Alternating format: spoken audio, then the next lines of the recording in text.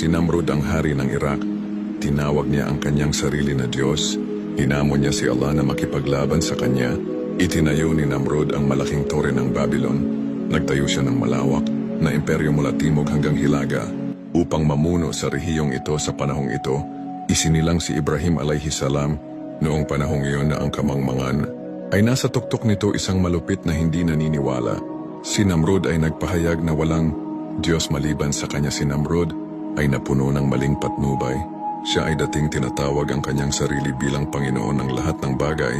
At sinabi ng Allah sa Quran, si Ibrahim alayhi salam ay nakipagdebate sa walang alam na pinunong ito upang ipaliwanag na ang Allah ay ang Panginoon ng lahat ay umiiral. At nang tinanong ni Namrud si Ibrahim kung sino ang iyong Panginoon, sinabi sa kanya ni Ibrahim alayhi salam, ang Panginoon ko ang siyang may kapangyarihang magbigay ng buhay at maging sanhi ng kamatayan. Ito ang sabi ni Namrud kay Propeta Ibrahim alayhi salam na ako ay may kapangyarihan din na magbigay ng buhay at sanhi ng kamatayan. Inutusan niya ang kanyang mga bantay na dalhin ang 2 alipin. Mula sa kulungan ang isa ay patayin at ang isa naman ay palayain.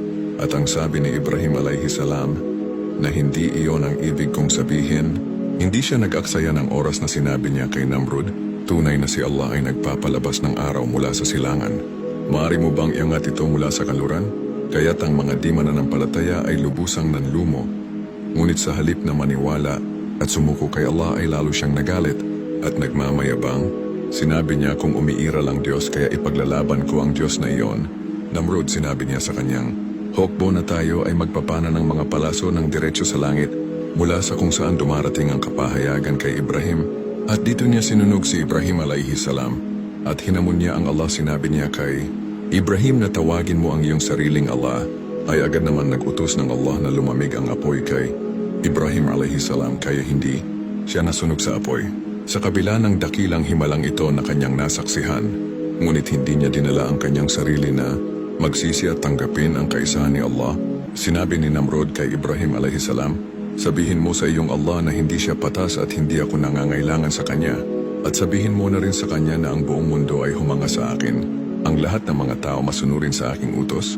Si Namrud ay pinilit ang mga tao para sambahin siya at sinabi niya kung siya ay ang Diyos ng langit, ako naman ang Diyos ng lupa. At tinanong niya si Ibrahim alayhi salam nasaan ang kanyang mga hukbo. Sabihin mo sa kanya na hinahamon ko siya sa isang labanan. Wala siyang masabi sa lupa. Ang buong mundo ay sa akin, ang aking kaharian.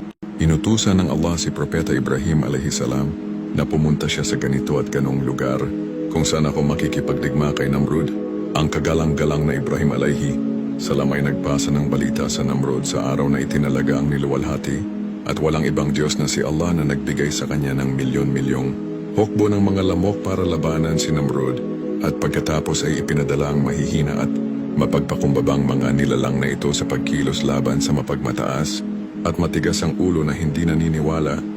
Ang langit ay biglang umitim at ang Allah ay nagutos sa hukbo ng mga lamok laban sa kanilang mga kaaway at agad naman itong pinuno nila ang mga bibig, mata, tainga at kagat-kagat ng mga sundalo ni Namrud sa loob lamang ng kalahating oras.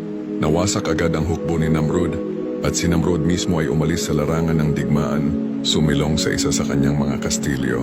Inisip niya na nailigtas niya ang kanyang buhay sa pamamagitan ng pagsasara ng lahat ng mga pinto at pintana. Isang pilay na lamok na may sira na pakpak na sumalubong at nagsasabing, "Oh, Allah ay isang makapangyarihan sa lahat. Kung ako lamang ang aking binti at aking pakpak ay naging maayos, ginawa ko na sana ang aking makakaya sa pakikipaglaban sa iyong kaaway na ito." Ang makapangyarihang si Allah pagkatapos ay ipinag-utos niya sa pilay na lamok upang kagatin si Namrud. Lumakad ang pilay na lamok, nakapiyapya patungo sa kastilyong pinagtataguan ni Namrud. Pagkatapos ay umakyat ang lamok sa loob ng kanyang ilong at sinimulang kainin ng lamok ang kanyang utak. Ngayon ay talagang naramdaman na niya ang sakit ng kanyang pagkatalo. Ang tanging nasa isip niya ay iligtas ang kanyang maruming balat at bulok na kaluluwa. Ilang buhay ang kanyang napatay. Ngayon ay hinahampas niya ang kanyang ulo sa mga bato at pader. Ngayon siya ay nagdurusa sa kanyang sarili sa sakit na idinulot niya sa iba. Nagtalaga si Namrud ng mga opisyal upang hampasin siya ng maso sa ulo. Sa sandaling muling kainin ng lamok ang kanyang utak. Iiyak siya at humingi ng tulong. Suntukin niyo ako. Ang tinatawag na Diyos ng lupa ay binugbog ng kanyang sariling mga lingkod. Isang araw inutusan niya ang kanyang lingkod para masohin ang kanyang ulo hanggang mawalan siya ng buhay. Kaibigan, kung magustuhan mo ang video na ito, paki-like and share at paki-follow mo na rin ako para ma-notify ka sa next video. Thank you so much, kaibigan.